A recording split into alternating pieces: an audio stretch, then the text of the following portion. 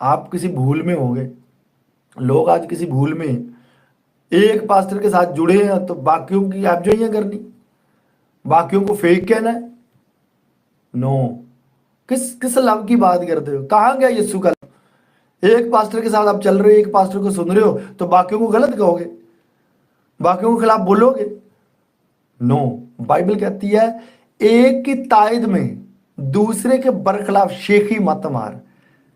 आ गया वचन, आ गया वचन। और ये हजारों लोग आज कर रहे हैं कि एक की हमायत में दूसरे के बरखिलाफ शेखी मत मार। आप समझे बात को? मूसा के लिए क्या कहता, तुझे मेरे लिए जेलसी आ रही है ना? उसने कहा मूसा, यीशु ने कहा मेरे उस्ताद, मेरे मेंटोर। वो लोग भी वहां पे क्या कर रहे हैं, निबोध कर रहे हैं। उनको यहां होना चाहिए था ताकि मेरे उस्ताद की इज्जत हो, ताकि मेरे मेंटोर की इज्जत हो।